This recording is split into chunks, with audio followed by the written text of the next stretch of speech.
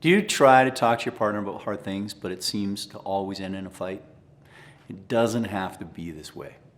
In this video, I'll give you a step-by-step process to stay grounded and open to getting to a solution so you can both be happy and have a good conversation about hard things, because these gotta happen in a good relationship. You know, when I was married, I really struggled with this because I had a deep sense of low self-worth. And so I did things in my marriage that caused my ex to feel betrayed because I betrayed her.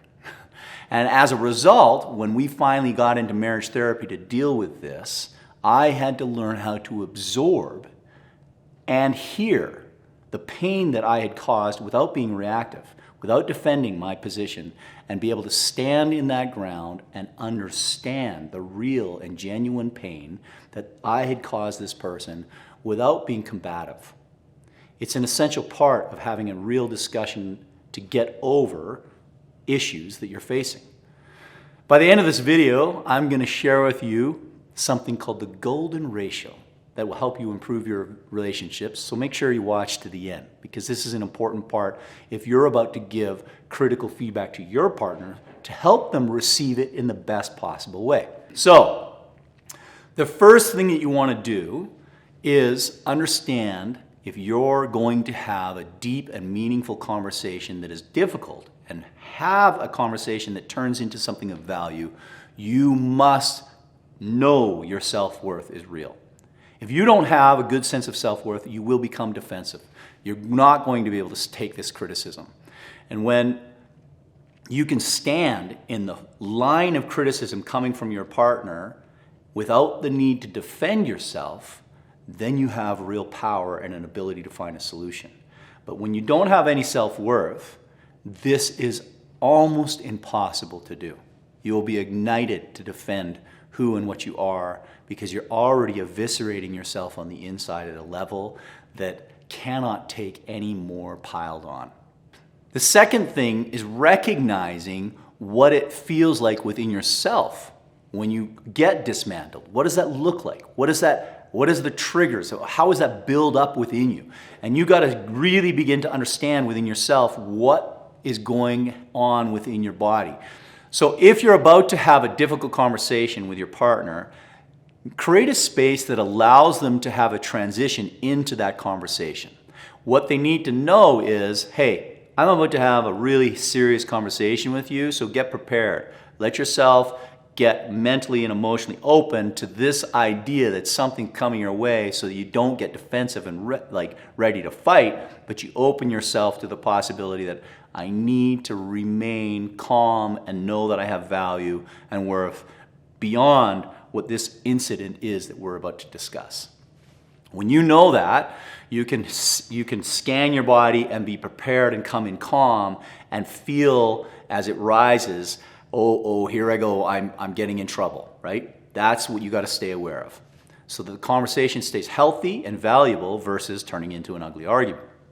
The third thing is get yourself into an empathetic state. Understand this. If this conversation is directed at you, it's a critical feedback situation, you need to get into an empathetic state where you can see their pain through their lens. As I stood and listened to my ex talk about the pain that I had caused her through my behaviors, it was sometimes very, very difficult to listen to because it was real. But if I could drop my own sense of ego and drop my own sense of need to protect hard feelings from being triggered within me and just look at what was done to her as somebody spectating a person that had wrong done to them, I could meet her in her pain and feel badly for her for what she had experienced by me, by my actions. And that then allows them to be settled and recognize I'm seen, right? And the reverse is the same, right? You want to be able to reciprocate and deliver in those ways. This is a hard thing to do. It is not something that can be done right all the time, and it takes practice. But as you strive to do these things and stay with this mindset, you get better and better and better. Let me know in the comments what you do when you feel triggered. How do you handle it?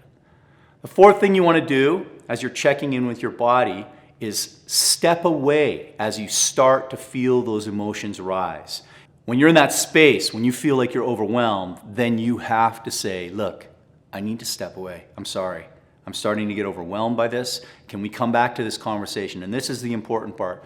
You need to let them know that you will return to this conversation. However, like if you're really, really triggered, give yourself an hour or come back later in the day. But make sure that you honor that time and come back and have that discussion when you're calm so you can then meet the person and do the things that we've outlined already and be calm and present and aware and empathetic so that they can give you the feedback that you need to hear. Before we move on to my next point, here's a reminder to subscribe to my channel. If you like this stuff, let me know, support me so I can keep going. Remind yourself, number 5, to seek first to understand. At this point, in any relationship, when things go wrong, when things are troubled, when you're having a conflict, there is always two sides to every story, always. However, this is not your moment to defend yourself. This is your moment to understand their position. Let go of all of your defenses. Listen, reflect back upon them. Is this what you're feeling? When I did these things, you feel like, and you explain whatever the words are, in their words, what they said to you, so that they know that you've heard them. And if you get it wrong, then ask them to clarify until you get it right.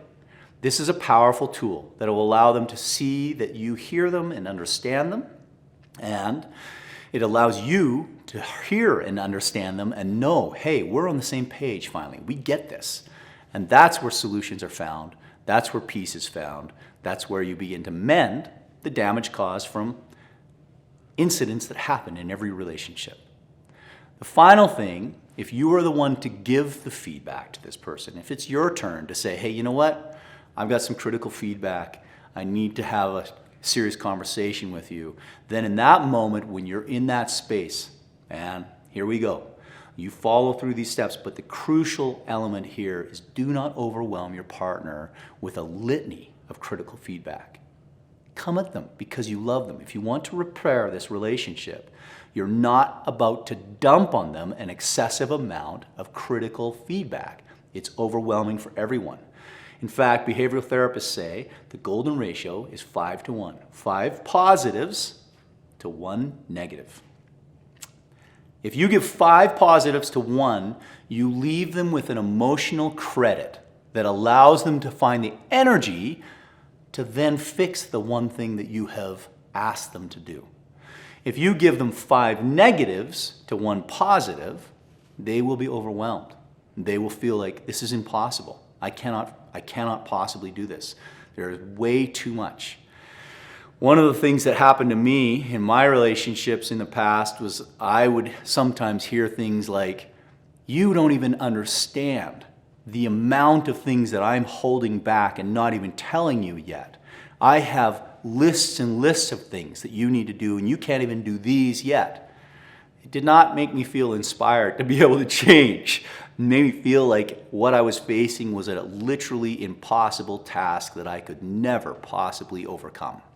It was defeating. If you will use these techniques in your life as you have conversations with people that are meaningful to you, it will have a great impact on the way that you navigate a relationship and the way that you engage with a person. You'll find real solutions that build and repair and bring you together versus difficult conversations that leave you in the silent treatment, sleeping in the basement, not wanting to go home, right?